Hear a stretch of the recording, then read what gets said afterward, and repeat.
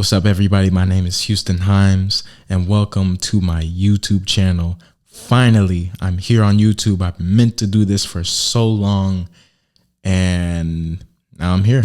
So I'm going to keep this short, and I'm going to keep it brief because, one, it's just an introduction. I don't want to go too deep. I don't want to go too crazy.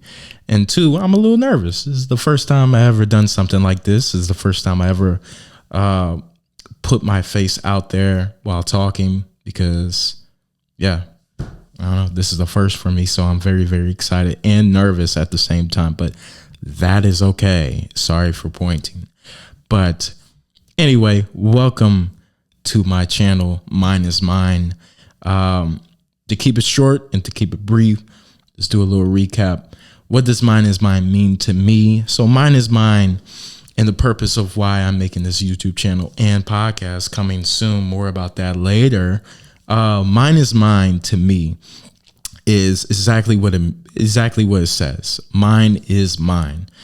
And one thing I've noticed within my awakening back in 2020 is I started to become awakened to my own mind kind of running in circles, doing its own little thing, constantly going 100,000 miles per hour, thought after thought, and me not really paying much attention to it besides identifying with each thought, saying that subconsciously giving the thumbs up on every thought, thinking that it's okay, which is not okay.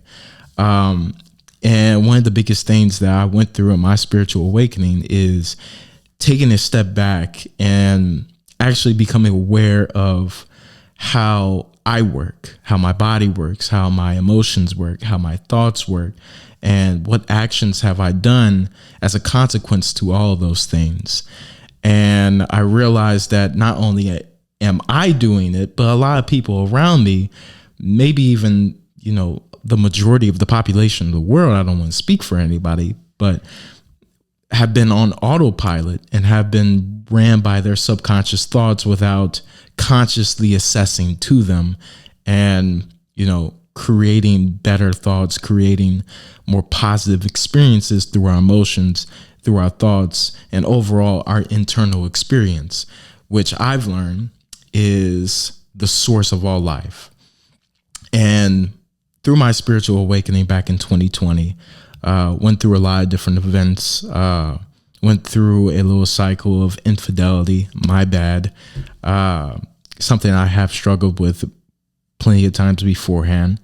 But at the end of that relationship, it was kind of like a big wake-up call, like, hey, let's go, snap out of it. Like, this is not going to work. If you continue to do these same patterns and the same type of behavior, you're not going to get anywhere. You're not going to get into that relationship that you desire to be in.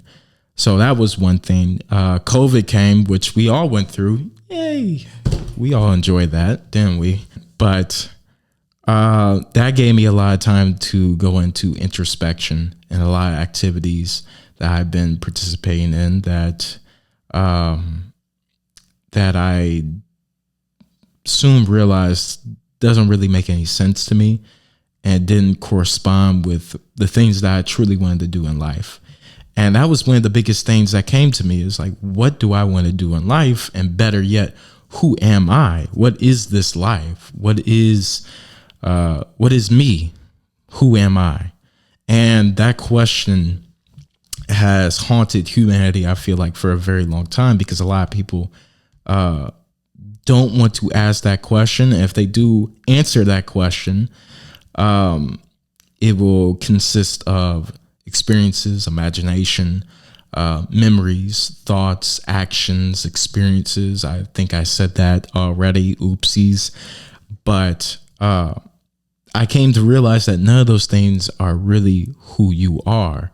And to bring it back to Mine is Mine is when you're ran by thoughts, emotions, actions without any conscious awareness, they tend to take a hold of you and they manifest around you in the same type of energy and vibration and frequency that they are. So if you're constantly thinking negative thoughts or feeling negative feelings and acting upon those and expressing those feelings constantly, your life is going to fare the same exact fate and the same exact energy as those thoughts, as those emotions, and the ways that you carry yourself and express them.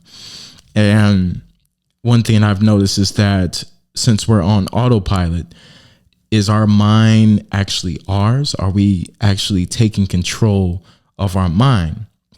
And what helped me realize that, what helped me realize how powerful the mind is not going deeper into the mind, but taking a step back from it, becoming an observer, understanding that if I'm not the mind, then who am I?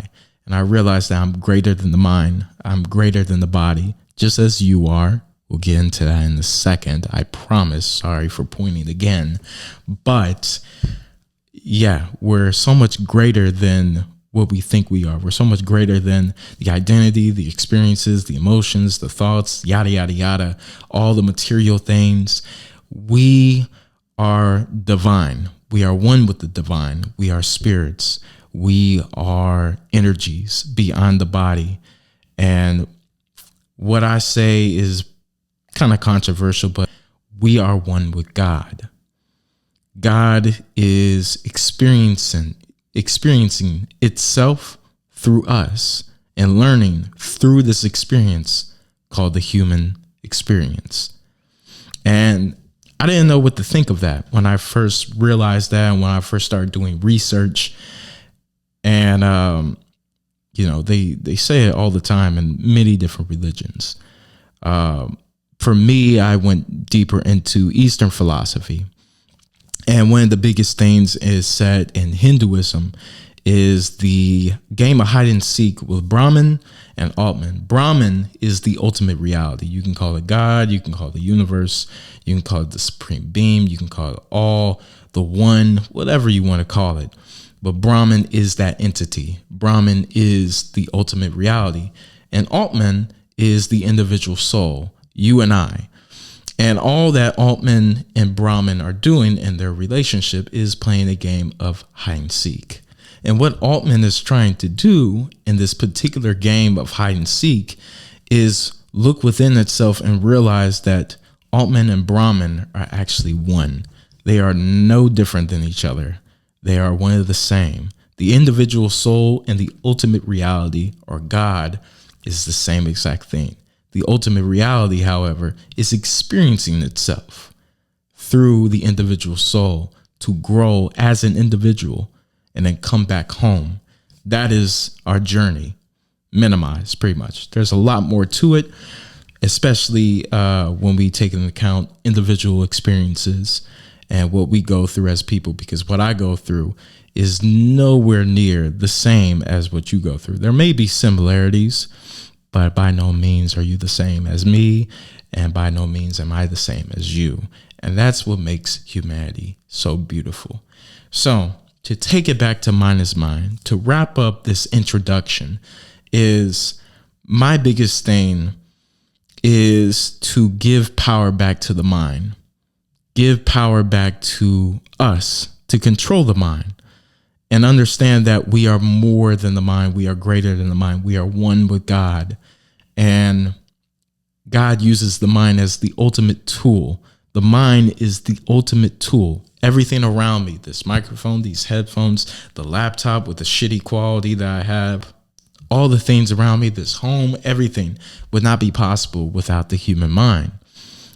Just like this reality, however, it would not be possible without an infinite mind, the mind of God, the mind of the all. All of this would not exist without the mind of the all. And we need to realize that the mind is the ultimate tool. But if we cannot control our mind, if we cannot take up the reins and understand the mind and look at the mind at a different observation, at a different perspective that goes beyond the mind, it will turn into a weapon. And all the mind is for the spiritual to create in the mental.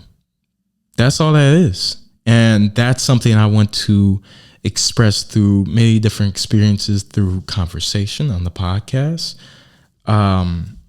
and give you guys insight to the best of my ability. I'm not claiming that I know it all. I'm not claiming that I'm trying to convert anybody to anything. That's not my job. That's not what I'm here to do. What I'm here to do is just simply have fun, talk about things that I love. And one of those things is mysticism and also psychology as well. You know, going through this journey, I learned a great deal about psychology. I learned a great deal of how psychology and mysticism comes together in the aid of finding the ultimate truth within ourselves and within reality. Because to know thyself is to know the entirety of the universe, because the universe stems from within. And from within, that's where we find God. And that is all I'm trying to express. I want to express that in ways that I can help people. That is my biggest purpose on this earth, is to help people. And I feel that my voice can be very, very powerful. I may not have done the best job of talking or explaining, because this is the first time I've ever done this. I'm a little nervous, but I'm very, very excited for this journey. I'm very, very excited for the conversations that I will have with you guys, the conversations that I will have on the podcast. I'm very excited for what the future of having YouTube and the podcast will bring. And with that, I will bring it into a close. Until next time, it's nothing but love. It's nothing but blessings. Thank you and good night. Thank you for staying after the video. Go ahead and like, subscribe, and comment if you want to. Come on, bro. Share your voice. Follow me on Instagram. Follow me on X, Twitter, whatever you want to call it. And also check out my blog. Link in the description. Thank you very much. And y'all have a great day. Namaste. Blessings.